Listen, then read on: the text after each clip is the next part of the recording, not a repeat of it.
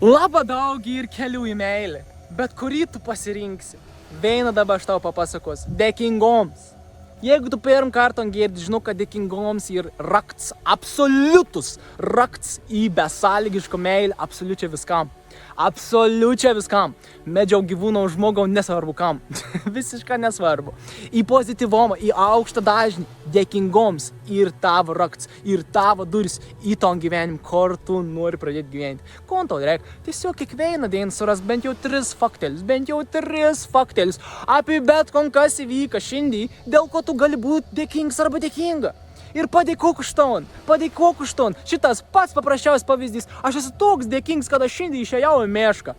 Aš esu toks dėkingas, kad aš dabar darau ton vidosik. Aš žaviuosi savimi, kad aš paimu ir turiu disciplinos paimti ir daryti tai, kas ir mano aistra.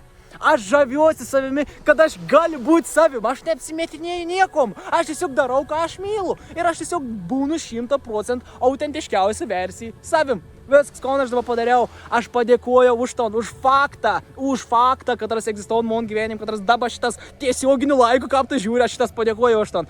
Ir viskas, bent jau 3, minimum, bent jau 3 surask. Ir kaip tu ton dara, kas vykst? Tavo dažnis, tavo vibracija, mes vibruojam, mes garaujam, kiekvieną sekundę, mūsų aura garauna, mūsų dažnis kyl, kaip mes būnam dėkingi.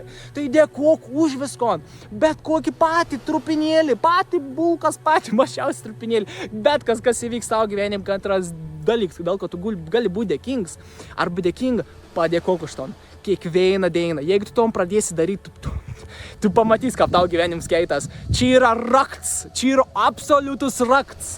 Ir jeigu tu to nepradėsi daryti, aš žinau, kad kažkada dėkingoms tave vis tiek atras. Aš tai myliu.